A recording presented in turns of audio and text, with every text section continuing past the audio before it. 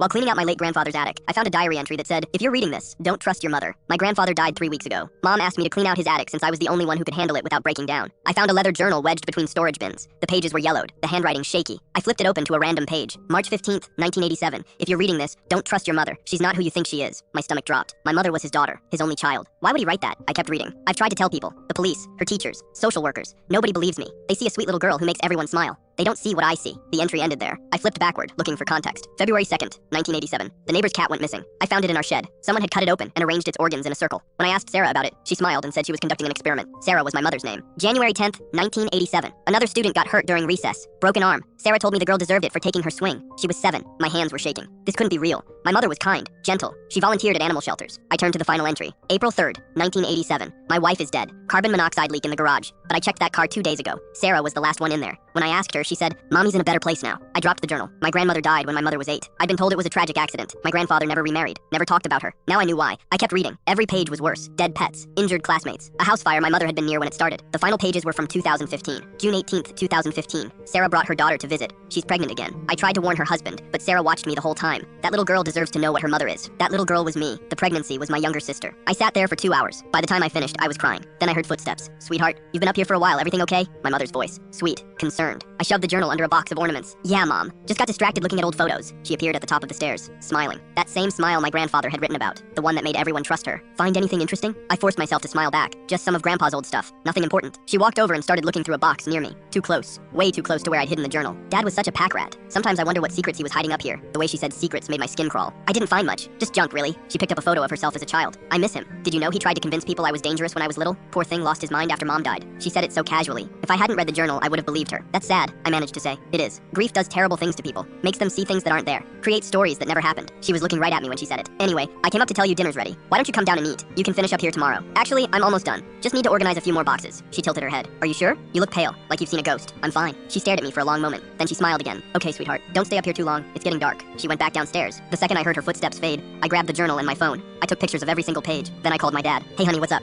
"Dad, I need you to come to Grandpa's house right now. Don't tell Mom. Just come." "What? Why? What's wrong?" "Please, just trust me. It's important." He arrived 20 minutes later. I showed him the journal. Watched his face change as he read. When he finished, he looked at me. "Your mother had a sister who drowned in the pool when they were kids. Sarah was the only witness. The autopsy showed bruising consistent with being held underwater." My blood went cold. "Why didn't you tell me? Your grandfather begged me not to marry her. Said she was dangerous. I thought he was crazy. Do you believe him now?" He looked at the journal, then at me. "We need to leave. Tonight. Both of us. Get your sister and go." "What about Mom?" He didn't answer right away. "Your grandfather spent 40 years trying to protect people from her. Nobody listened. I'm not making the same mistake." We packed while Mom was in the shower. My dad texted my sister. We were in the car within 30 minutes. As we pulled away, I saw her in the upstairs window watching us. She wasn't crying or angry. She was smiling.